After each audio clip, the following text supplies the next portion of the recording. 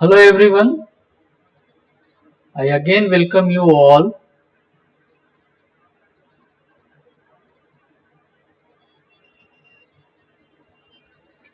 Uh, Today we will see another tool that is known as Wokwi. Okay, why we need this tool? Why? What is the use of this tool basically? This tool is a IoT simulator. So whatever you do on the Raspberry Pi or Arduino, you don't need any hardware. You just implement all the experiments of the IoT devices on the Wokwi simulator. Okay, so there are so many advantages of using Wokwi. The Obviously the first advantage is there is no need to purchase the Raspberry Pi or the Arduino kit or the Arduino or the Raspberry Pi module. So it will save the money, and obviously there is no harm to any of the devices, any of the sensors or any of the devices that are attached with the IoT devices. This is basically a simulator where you can simulate all the experiments that can be done on the that we have already done on the Raspberry Pi, or you can whatever the experiment of the Arduino you can implement here. I will show you how to implement, I will show you a program of LED blinking using this Wokwi simulator. Okay, so let's begin. So what is Wokwi? Wokwi is an online electronic simulator. You can use it to simulate Arduino, ESP32, and many other popular boards like Raspberry Pi. And also the parts and the sensors, you don't need any sensor physically. You can just choose the sensor in the simulator and start the implementation. Okay. So you have heard about the Arduino, you have heard about the Raspberry Pi. So ESP32 is basically also a board that is more uh, that is having more better connection as compared to Arduino. For example, if you want the Bluetooth or the Wi-Fi facility in Arduino, you have to connect with the ESP32 interface. So this ESP32 also provides the communication interface by which you can access the Wi-Fi and the Bluetooth. Okay. So why Wokwi? So there are some reasons. I have taken these points through the Wokwi documents. Why we use Wokwi? Okay. The first point is start right now. Means no waiting for components or downloading large software. Your browser has everything you need to start coding your next IoT project in seconds. So you have to not purchase anything. You don't need to download the large softwares or the complex softwares. Okay, you just open the browser and start your implementation. Okay, mistakes are okay. You cannot destroy the virtual hardware because here we don't use any physical hardware. I have shown you that I have used the Raspberry Pi, and I also told you that what are the precautions you must take before using the Raspberry Pi. And if you by any mistake that Raspberry Pi can be damaged easily. Using this Wokwi, obviously, there is no afraid. You don't be afraid that your hardware will be damaged. Okay, trust us. We tried. Don't worry about trying your precious component. And unlike real hardware, you can also undo. Okay. So undo is also another option. If you are using a hardware kit, obviously you have some restrictions. Easy to get help and feedback. Sharing a link to your Wokwi project is all you need. So basically, if you have created an experiment or created a project and you want to share that project with your friends, you can do it easily in Wokwi. Gain confidence in your code. Separate hardware and software issues, so complexity is obviously low.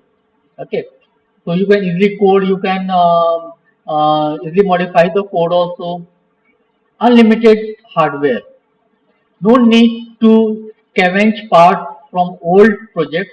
Means like you have created a project, so there is no need to change the vestige product if you are creating a new project on the basis of the old project. Okay. Make friendly community. A place for you to share your project, ask for help. So there are various communities for the Wokwi, and you can join that communities, and that can help you in the development of the Wokwi project. Okay. One of the communities written here, Wokwi Discord community. Okay. So how we will do it? Whenever you want to open the the URL of the Wokwi simulator is wokwi.com. WOKWI wokwi.com. So you can search on the Google also, and it will be this page will be displayed.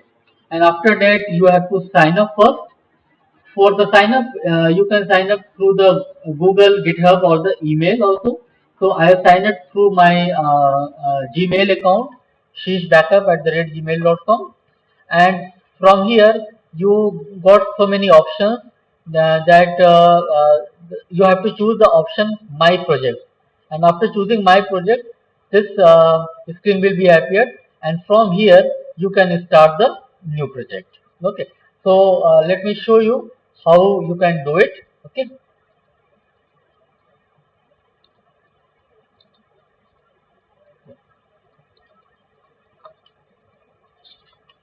so let's begin. Here simply write Wokwi. Okay, you can also write on the Google. It will be, for example, if you write simple Wokwi, the first link wokwi.com. You have to click on here the first link wokwi.com, and this page will be open. Okay, and after that I've already logged in, so I will show you how you can log in. Just go here in sign in. There are so many options. You can sign in through the Google, through the GitHub, or through any email account. If you are using an email account, the link will be shared to your email, and from that you have to authorize from that location from your mail. Okay. So I will simply use my Google account. So I will use sheesh backup@gmail.com. Okay. Okay. Now you have your uh, login. Okay. Now click on the my project link, and this page will be open. From here you can start. Here whatever you have project developed, it will be shown on that particular screen. So currently I am having no project, so I will click on the new project option. Okay. Whenever you click on the new project, there are so many options appear that which type of simulator that you want. Whether you want to simulate on the Arduino Uno or the Arduino Mega, or you want to do your project on ESP32, or even the Raspberry Pi, options are also here. You can whatever the project that we have done on the Raspberry Pi kit, you can implement here. You can simulate that project here also. So I will show you one project in Arduino for LED blinking. Okay. So I will choose Arduino Uno. Whenever I click it, the screen appears. In the screen there are two basically parts of the screen. Here the left part is given to you for the coding purpose, and right part is for the connection purpose. Okay, so I'm going to implement the LED blinking program or the project on the Arduino Uno. So I will, you can move it to anywhere, no problem. So I need an LED, I need a register, and of course the wire. Okay. So what I will do, I will go to here plus sign. This is the plus sign. Add a new part. Okay. Click here. After clicking, there are so many components. The components that are available for the Arduino implementation is given here. So you can make any project. For example, here you can see DST22 sensor is also given. That sensor is used for the this is known as digital humidity and temperature sensor. Okay. So there are so many interfaces and the sensors are given. Okay. So I will simply need an LED. So I will click here LED. So here you can see that LED is, we have the LED. Okay. You can change the color of the LED also. Okay. Now I need an register. So again I will click on the plus sign, and here the register option is given. Just click here and you can see we got the register. Okay. Now we have to make the connection. So in this Arduino board, you can see there are various pins that are given here. Okay. So you can use pin number 13, 12, 11, 10, 9, any pin you can use for giving the input and output, such as the GPIO pins in Raspberry Pi. Okay. So I am using pin number 13 for example. Okay. So what I will do that, let first of all connect. Okay, this is the LED. As I already told you, there is a positive and the negative sign is here. So the wire that has been tilt is a positive one, and this one is the negative one. So I will connect. Just click here. The wire will be appear. Just click here and connect it to the ground. Yeah, ground. Okay. Now the negative the ground portion of the negative pole of that negative terminal of this LED is now connected with the ground pin of the Arduino Uno. Okay. Now I will give the output to the LED by pin number 13, but I will not directly give it. I will first of all connect to the, sorry, this point, and from this point I will connect it to the LED. Here you saw that I have tried to connect here, and it has not taken that command because we are giving the wrong connection. Okay, that's why we have connected the pin number 30 is connected here, not here. Okay. Now we will, the connection is over. We have connected our LED with the Uno. Now we will start the coding part. So for coding part, the left side of the screen is given to you. So this is having basically two functions, setup function and the loop function. So in setup function, you have to set up the Arduino board, means on particular what particular Arduino pin is used for the output pin. Okay, is used for the input and output operation. Okay, so I will use I'm using for example pin number 13 for input and output. So first of all, before the void, I will declare integer LED is equal to 13. This is similar as we are defining in the C program. So wherever we need to use 13, we will write, instead of 13 we will write LED. You can also directly write 13, no problem. Okay. Now we have to set the mode. So for the setting the mode, we use the pin mode command. Here you can see that whenever we start writing some instructions, the probable instructions appears on our screen. Instructions appears on the screen. So we can choose the instruction from the list also. So let I am choosing is pin mode. So pin mode I will write is LED, comma output. Okay. So I will using the LED as an uh, output port. Okay.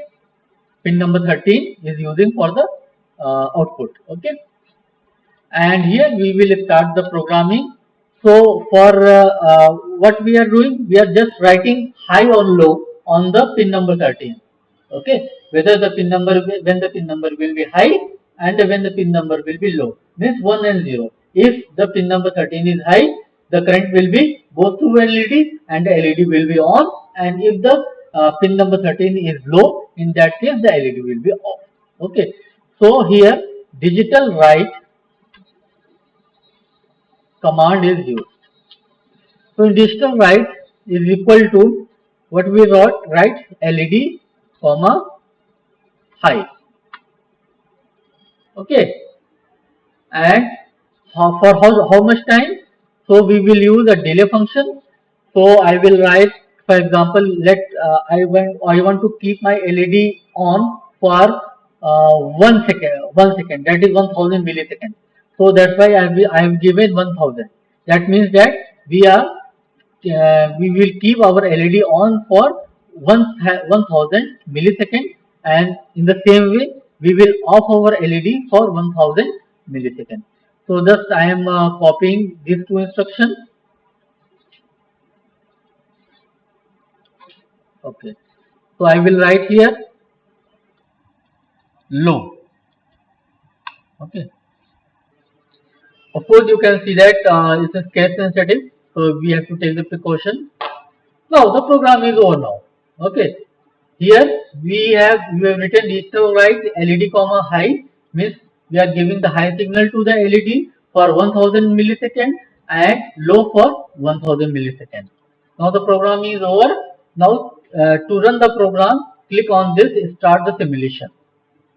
So when we click on the this green start button, the simulation will start. Just click here. Okay. There is some error. Okay, okay. I have not given the semicolon here. Yeah. Uh, Again, let's start. Yeah. So here you can see that our LED is blinking. It is on for 1 second, off for 1 second. Okay. And here you can see the simulation time. Okay. Also, you can vary the time duration. So stop here and let I want to blink it for 5000 and off for 1000 millisecond. Okay, start simulation.